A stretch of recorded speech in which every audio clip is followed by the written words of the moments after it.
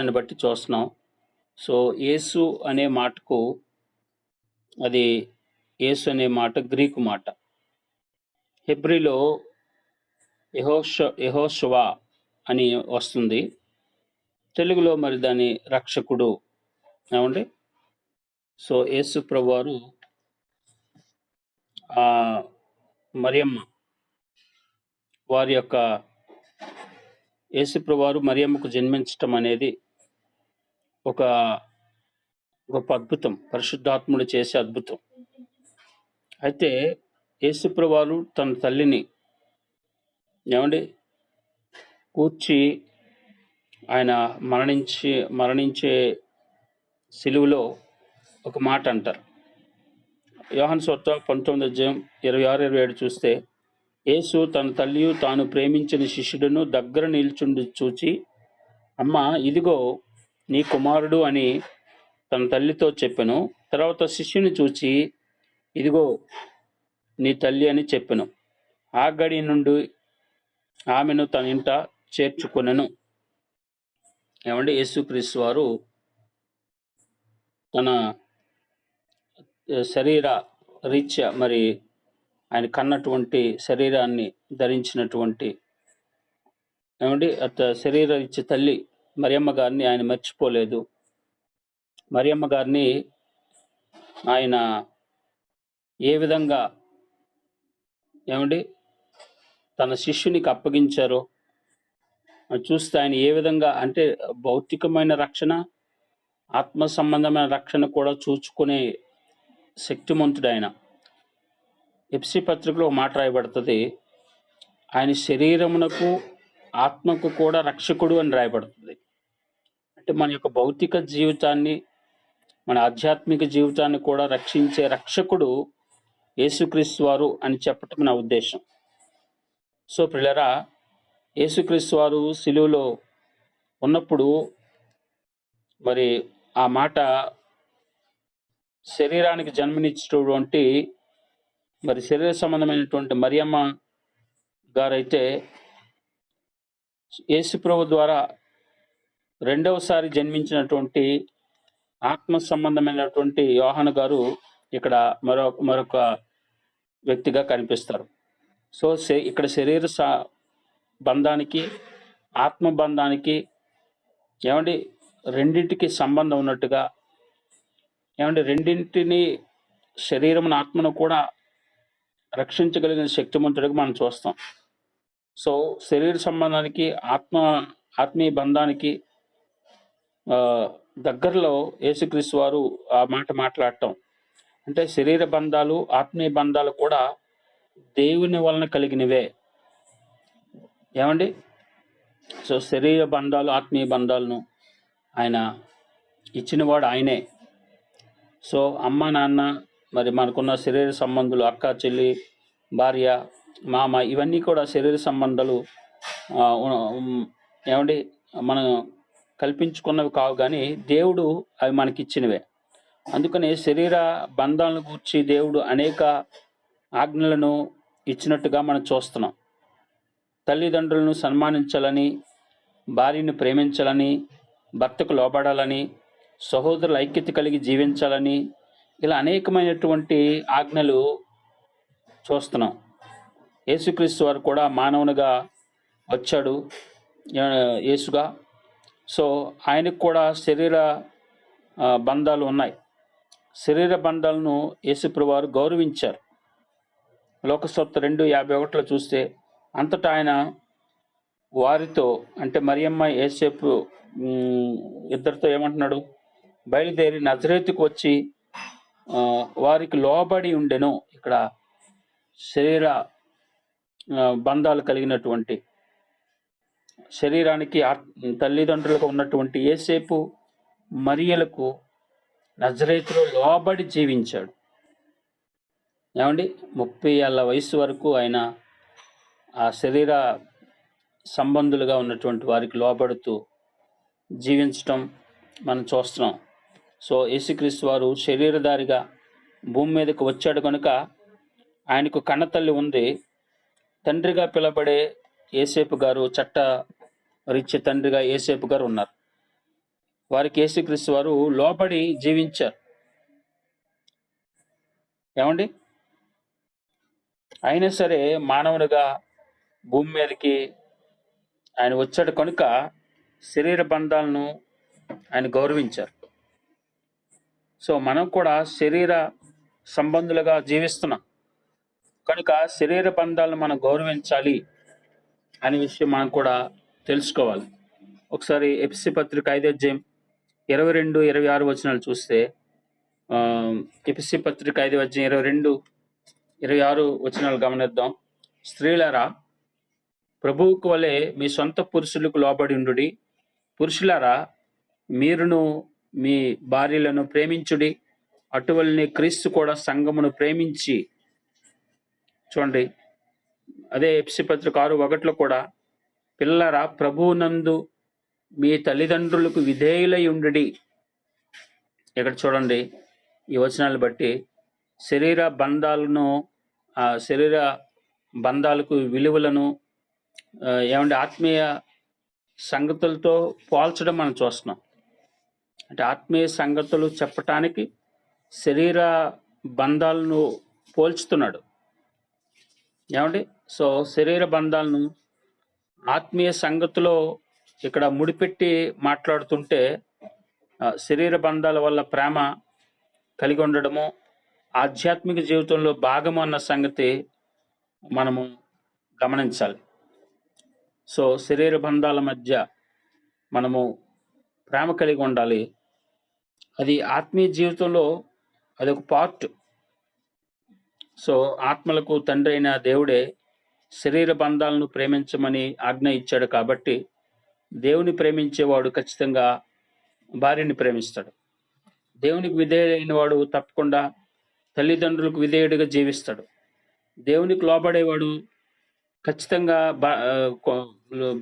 దేవునికి లోబడే స్త్రీ ఖచ్చితంగా భర్తకు లోబడతాడు. ఈ విధంగా శరీర బంధాల గురించి దేవుడు చెబుతుండడం మనం చూస్తున్నాం ప్రియులారా. సో సామెతల గ్రంథం 30:17 కూడా చూస్తే, తండ్రిని అపహాసించి తల్లి మాట విననొల్లని వాని కన్నులు లోయి కాకులు పీకును. ఇక్కడ తల్లిదండ్రులను ప్రేమించని వారి గురించి మాట్లాడుతూ ఇక్కడ కఠినంగా మాటగా మనకు కనిపిస్తుంది. ఏమండి? అంటే తల్లిదండ్రులు లోబడిన వారి ఎలాంటి శిక్ష ఉంటుందో శిక్షను మాట్లాడుతున్నాడు. తల్లిదండ్రులను సన్మానిస్తే, తల్లిదండ్రులు విధేయులైతే ఎఫెసీ పత్రిక 6:1 రాయబడింది, మీకు మేలు కలుగును, దీర్ఘాయుష్షు కలుగును అంటూ ఆశీర్వాదాల గురించి మాట్లాడుతున్నాడు. తల్లిదండ్రులకు విధేయులు అవ్వకపోతే శిక్ష గురించి కూడా ఇక్కడ మాట్లాడుతున్నాడు. మరొక దగ్గర ఉంటుంది సామెతల గ్రంథంలో, ఏమండి? తల్లిదండ్రులకి బాధ పెట్టేవాడు కారు చీకట్లో వాని దీపం ఆరిపోవును అంటాడు. 30వ అధ్యాయం సామెతల్లో అనే ఉంటుంది. ఏమండి? సో మనం ఇవన్నీ చూస్తే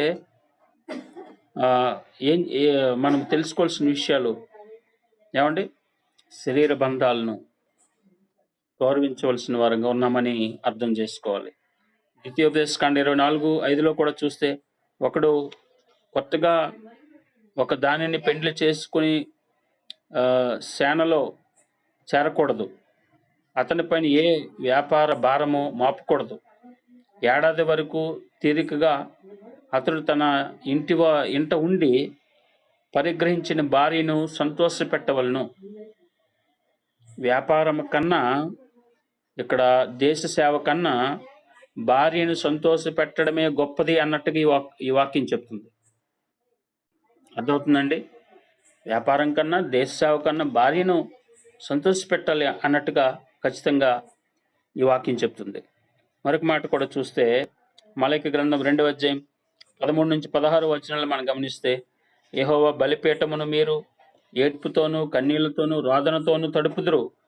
కాబట్టి ఆయన మీ నైవేద్యమును అంగీకరింపకు తమకు అనుకూలము కాని అర్పణలను మీ చేత తీసుకొనకియు, అది ఎందుకని మీరు అడగగా, యవ్వన కాలమందు నీవు పెండ్లి చేసుకుని అన్యాయముగా విసర్జించిన నీ భార్య పక్షముగా యెహోవా సాక్షి ఆయను.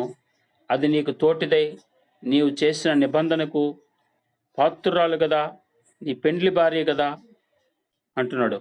ఇక్కడ చూస్తే భార్యలను విడిచిపెట్టినటువంటి వారి అర్పణలను దేవుడు ఇక్కడ నిరాకరిస్తున్నట్టుగా, వద్దంటున్నట్టుగా చూస్తున్నాం. ఏమండి, శరీర బంధాలను ప్రేమించకుండా, శరీర బంధాలను గౌరవించకుండా, నేను దేవుని ప్రేమిస్తున్నాను, దేవుని సేవ చేస్తున్నాను అనడము అవివేకం. చాలామంది భార్యను పెళ్లి చేసుకుని భార్యను విడిచిపెట్టేసి నేను సేవ చేస్తున్నాను, నేను గొప్ప సేవకుడిని అంటున్నవారు అనేక మంది ఉన్నారు. ఏమండి, ఇంకా అనఫిషియల్ ఇంకా అనేక మంది ఏమండి భార్యలు కలిగి ఉండి, ఏమండి అనేక మందితో అనేక సంబంధాలు కలిగి ఉండి కూడా సేవలో ఉన్నాం, మేము సేవకులు, మేము క్రైస్తవులమని చెప్పుకుంటున్న వారు అనేక మంది ఉన్నారు. అంటే దాని అర్థం ఇక్కడ ఏం చెప్తున్నాడు అంటే, ఈ భార్యకు నువ్వు, లేదంటే నీ భర్తకు నువ్వు ఎలాంటి ద్రోహము చేయకూడదు. అలా నువ్వు పెళ్లి చేసుకుని భార్యకు కానీ, నీ భర్తకు కానీ, లేదా నీ తల్లిదండ్రులు కానీ నువ్వు ద్రోహం చేస్తే నీ భక్తి, నీ యొక్క సేవ నేను అంగీకరించను అన్నట్టుగా దేవుడు మాట్లాడుతున్నాను పిల్లరా. సో తల్లిదండ్రులు సన్మానించాలి, భార్యని ప్రేమించాలి, భర్తకు లోపడాలి. ఏమండి, వారి అలాంటి వారి ప్రార్థన వింటాడు. అలా గౌరవించి అలా చేయని వారు, ఆయన ఇచ్చిన ఆజ్ఞలను పాటించిన వారు కనుక వారి యొక్క ప్రార్థన దేవుడు వినడు. సో ఎందుకంటే శరీర బంధాలను ఇచ్చింది ఎవరు? ఆయనే. సో ఆయన ఆజ్ఞలను, అది ఆ శరీర బంధాలను గౌరవించిన వాడు ఆయన ఆజ్ఞలను అతిక్రమిస్తున్నాడు అని అర్థం. ఆజ్ఞ అతిక్రమం పాపం. సో సంఘ అధ్యక్షులుగా ఉండవలసిన వారికి లక్షణాల గురించి చెప్తూ సంఘ అధ్యక్షుడు ఎలా ఉండాలని చెప్తున్నాడు చూడండి.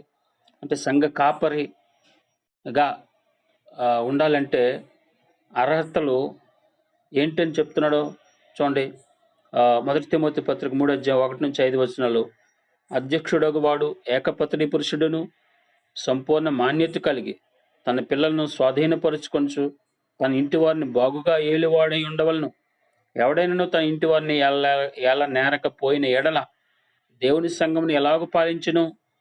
1 తిమోతి పత్రిక 3:1-5 ఇవన్నీ చూస్తే ఏమండి, ఏకపత్ని పురుషుడు అంటే ఒకే భార్యలు కలిగిన వాడై ఉండాలి. ఈరోజు ఎంతోమంది ఏమండి కుటుంబంలో వారి పరిస్థితి బాగోదు కానీ సేవ సేవ సేవ అంటారు. కుటుంబాన్ని సరిగా పట్టించుకోరు. విదేశాలు మేము తిరిగి వాడబడుతున్నామని చెప్తారు. అంటే కుటుంబ పరిస్థితి సరిగా లేని వారు కూడా, వారి వ్యక్తిగత జీవితం సరిగా లేని వారు కూడా సేవకులుగా విదేశాల్లో వాడబడుతున్నామంటూ తిరుగుతూ ఉంటారు.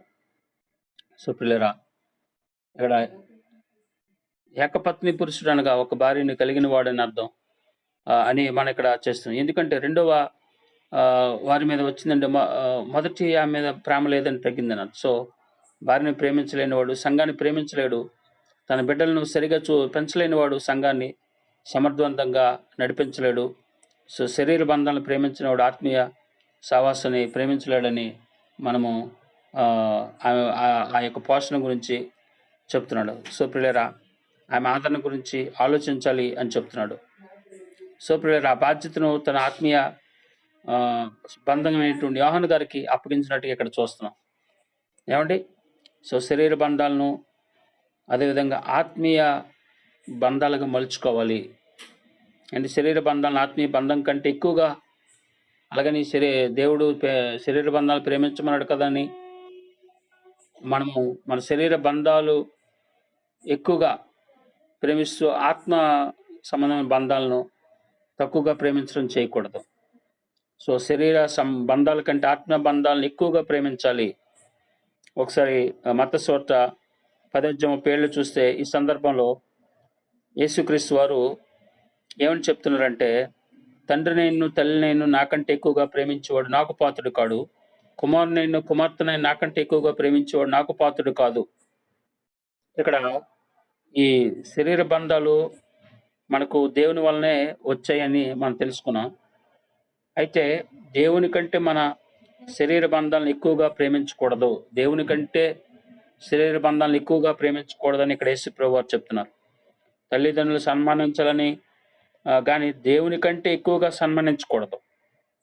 భార్య బిడ్డలను ప్రేమించాలి కానీ దేవుని కంటే ఎక్కువగా ప్రేమించకూడదు. యేసుక్రీస్తు వారు కూడా శరీర బంధాల కంటే ఆత్మీయ బంధమైనటువంటి తన తండ్రిని ఎక్కువగా ప్రేమించాడు. తండ్రి అంటూ ఆయన జీవితాంతం కూడా ఏమండి ప్రార్థన చేస్తూ వచ్చాడు. మనం చూస్తున్నాం. తండ్రి పనుల మీద నేను ఉండవలని మీరు ఎదుగురా, తండ్రి పనుల కోసం ఆయన తహతహలాడినట్టుగా మనం ఇక్కడ చూస్తున్నాం. సో ప్రతి క్రైస్తవుడు ఈ సూత్రాన్ని, ఈ సత్యాన్ని మనం అనుసరిస్తూ నడుచుకోవాలని తెలియజేస్తున్నాం ప్రియులారా. సో శరీర బంధాల కన్నా ఆత్మీయ బంధాన్ని ఎక్కువగా ప్రేమించాలి. శరీర బంధాలను ప్రేమించాలి. శరీర బంధం కన్నా ఆత్మీయ బంధాలను ఇంకా ఎక్కువగా ప్రేమించాలి.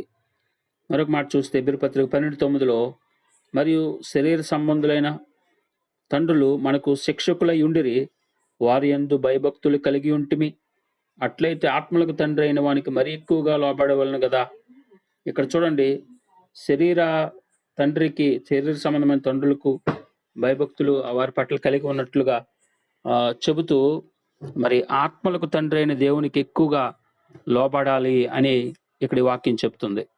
సో అబ్రహాము గారు ఈ విధానానికి చక్కటి ఉదాహరణగా మనం చూసుకోవచ్చు. ఏమండి, ఆత్మలకు తండ్రి అయినటువంటి దేవునికి లోబడడం కోసం శరీర బంధమైనటువంటి తన ఏకైక లేక పుట్టినటువంటి వృద్ధాప్యంలో పుట్టినటువంటి ఇషాకును దేవుడు బలిమ్మంటే ఇవ్వడానికి సిద్ధపడ్డాడు, తీసుకుని వెళ్ళాడు. చూడండి ఆయన విశ్వాసం ఎంత గొప్పదో.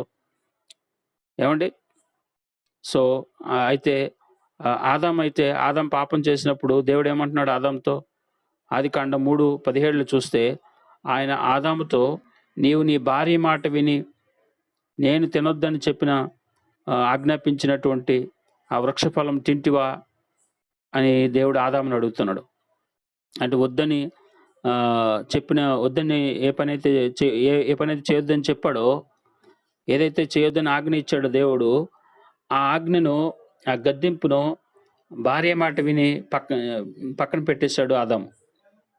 అంటే మనకు తండ్రి అయినటువంటి ఆ దేవుని మాట కంటే నీ శరీర బంధమైనటువంటి భార్య మాటను ఎక్కువగా గౌరవించావు అని ఆదాముతో అంటున్నాడు.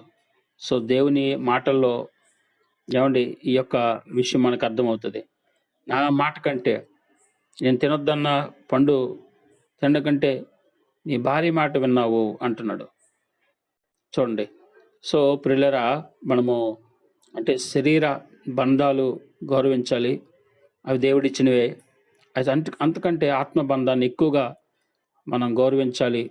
మన ఆత్మలకు తండ్రి అయిన దేవుని మాట ఎక్కువగా వినాలి అనే విషయం కూడా ఈ మాటల ద్వారా మనం తెలుసుకోవచ్చు. సో ఆదాము గారు ఆత్మీయ బంధం కంటే శరీర బంధాన్ని ఎక్కువగా ప్రేమించడం వల్ల మానవ జాతికి ఇంత విపత్తు వచ్చిందని మనం తెలుసుకోవాలి. సో ప్రియులారా, శరీర బంధాలను మనం ప్రేమించాలి కానీ ఆత్మీయ బంధమైనటువంటి దేవుని కంటే ఎక్కువగా ప్రేమించకూడదు అనే విషయం మనం తెలుసుకుంటున్నాం ప్రియులారా. సో లోక సువార్త 11:27 నుంచి 28 వచనాలు చూసినట్లయితే ఆయన ఈ మాటలు చెప్పుచుండగా ఆ సమూహములోనున్న ఒక స్త్రీ ఆయనను చూచి, నిన్ను మోసిన గర్భమును నీవు కుడిచిన స్తనములను ధన్యములైనవని కేకలు వేసి చెప్పగా, ఆయన అవును గాని దేవుని వాక్యం విని దాని గైకుని వారు మరి ధన్యులు అని చెప్పాను. ఇక్కడ చూస్తే యేసుప్రభువు వారి మాటలు విన్నటువంటి ఒక స్త్రీ, ఆ మాటలకు ఆశ్చర్యపోయినటువంటి స్త్రీ ఏమంటుందంటే యేసుప్రభువు వారితో, నిన్ను కన్న తల్లి చాలా ధన్యురాలు అని పొగుడుతుంది. అప్పుడు యేసుప్రభువు వారు, అవును నా తల్లి గొప్పదే, కానీ ఎవరైతే నేను చెప్పిన ఈ మాటలను అంగీకరించి పరలోకపుతో తండ్రి యొక్క మాటలను ఎక్కువ ఆజ్ఞలు పాటిస్తారో, గైకొంటారో వారు మరీ ధన్యులు అంటున్నారు.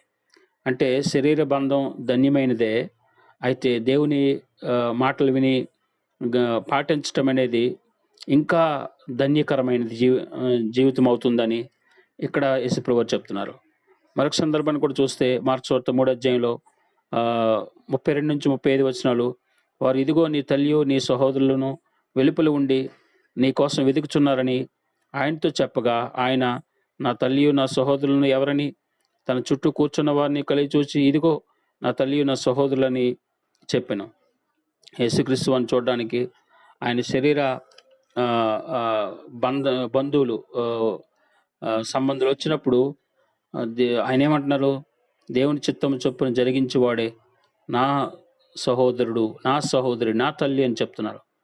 సో ఆ పైన మనం చూసినటువంటి 2 వాక్యాల్లో కూడా మన జాగ్రత్తగా ఆలోచిస్తే శరీర బంధాల కంటే ఆత్మ బంధాలు గొప్పవి అనే విషయం మనము అర్థం చేసుకోవాలి.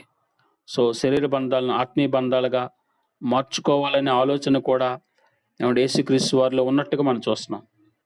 ఏమండి, ఆయన తల్లి అయినటువంటి మరియ, ఆయన తమ్ముళ్ళు, ఆయన చెల్లెళ్ళు కూడా సంపూర్ణ దైవ విధేయులుగా మారాలనే ఆశ యేసులో ఉంది. సో మరియమ్మను మరి యోహాను దగ్గరకు చేర్చడంలో యేసుప్రభువు వారి యొక్క ఉద్దేశం కూడా అదే. సో మరియమ్మ గారు ఇంకా భక్తి జీవితంలో సంపూర్ణతను సాధించడానికి ఒక ఆత్మీయ సహోదరుడుగా ఆత్మీయ సహవాసంలోనికి మరియమ్మను యేసుప్రభువు వారు అప్పగించారు. సో కేవలం శరీర పోషణ నిమిత్తమే కాకుండా ఆత్మీయంగా బలపరచబడాలి ఆమె అనే ఉద్దేశంతో కూడా యేసుప్రభువు వారు ఉన్నట్లుగా మనం ఆ యొక్క చదువుకున్న వచనం బట్టి తెలుస్తుంది ప్రియులారా. సో మరియమ్మ గారి బాధ్యతను యోహానుకు అప్పగించారు యేసుప్రభువు వారు. యేసుప్రభువు వారి యొక్క ఆలోచన చక్కగా ఫలించిందని చెప్పొచ్చు. ఎందుకంటే అపోస్తలుల కార్యం 1వ అధ్యాయం 14లో వీరందరూ అంటే వీరితో కూడా కొందరు స్త్రీలను యేసు తల్లి అయిన మరియు ఆయన సహోదరులను ఏక మనస్సుతో ప్రార్థన చేయుచుండిరి. చూడండి, ఇక్కడ అపోస్తలు సహవాసంతో మరియ తన ఆత్మీయ జీవితాన్ని బలపరుచుకుంది. కేవలం శరీర బంధమే కాకుండా ఆత్మీయ బంధంతో కూడా యేసుప్రభువు వారిని కలిగిన వారు ధన్యులవుతారని మరి ఇప్పుడు మరియమ్మ అలాగ ధన్యురాలు అయ్యిందని తెలుసుకోవచ్చు. సో మనం కూడా మన శరీర బంధాలను ఆత్మీయ బంధాలుగా మలుచుకోవటానికి ప్రార్థన చేద్దాం. వారి కోసం మనం ఆలోచన చేద్దాం. మన శరీర సంబంధులైన వారు రక్షణలో లేకపోతే వారికి సువార్తను ప్రకటించి వారిని ముందు ప్రభు వైపు నడిపించినట్టుగా వారిని దేవుడు, పరిశుద్ధాత్మ దేవుడు వారిని రక్షణలోకి నడిపించే విధంగా మన వంతు మనం వారి కోసం ప్రార్థిస్తూ వారికి సువార్తను ప్రకటిస్తూ ఉన్నప్పుడు దేవుడే తగిన సమయం ముందు వారి హృదయాలు తెరుస్తాడని మరి తెలియచేస్తున్న పిల్లరా. యెషయా గ్రంథం 24:15లో యెహోషువ అంటారు, నేను నా ఇంటి వారు యెహోవాను సేవించదము అంటారు.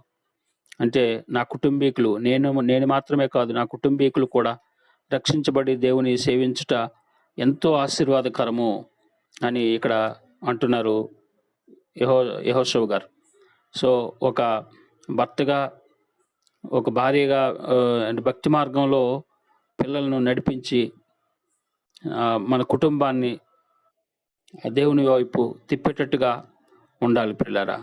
సో విశ్వాసం గల పిల్లలు గలవాడైన వాడు మాత్రమే సంఘాధ్యక్షుడుగా ఉండాలని ఇక్కడ దేవుడు ఆజ్ఞాపించడం వెనుక ఉద్దేశం, భక్తి జీవితంలో మన ప్రవర్తన మన కుటుంబాలను మార్చేదిగా ఉండాలి. ఏమంటే 1 పేతురు పత్రిక లో చూసినట్లయితే అటువలే స్త్రీలరా మీ స్వపురుషులకు లోబడి ఉండుడి, అందువలన వారిలో ఎవరైనాను వాక్యమునకు అవిధేయులైతే వారు భయముతో కూడిన మీ పవిత్ర ప్రవర్తన చూచి వాక్యము లేకుండానే తమ భార్యల నడవడి వలన రాబట్టవచ్చును. ఈ వాక్యాన్ని మనం గమనిస్తే ఇక్కడ కూడా అవిధేయులైనటువంటి భర్తలను రక్షించుకోవడానికి భార్యలు బాధ్యత కలిగి ఉండాలి అన్నట్టుగా ఈ వాక్యం చెప్తుంది. సో భర్తలు ఎదుట భార్యలు వాక్యానుసారమైనటువంటి వాక్యాన్ని పాటిస్తూ వాక్యానుసారమైన ప్రవర్తన జీవితం, పవిత్రమైనటువంటి వాక్యానుసారమైన జీవితం కలిగి ఉంటే ఆ భర్తలు ఆయా భార్యల యొక్క వాక్యానుసారమైన ప్రవర్తన బట్టి వారు మారుతారు. ఏమంటే వాక్యం వారికి చెప్పకపోయిన వారు ఆ ప్రవర్తన చూసి మారుతారు అన్నట్టుగా ఈ వాక్యం మనకు తెలియచేస్తుంది. మొదటి కొరింథీ పత్రిక 7 అధ్యాయం 12 నుంచి మనం చూసినట్లయితే 16 వచనం వరకు అక్కడ ఏ సహోదరునికైనా అవిశ్వాసులైన భార్య ఉండి ఆమె అతనితో కాపురము చేయనిష్టపడిన యెడల ఆమెను పరిత్యజించకూడదు. మరి ఏ స్త్రీకైనా అవిశ్వాసి అయిన భర్త ఉండి ఆమెతో కాపురం చేయ ఇష్టపడిన యెడల ఆమె అతన్ని పరిత్యజించకూడదు.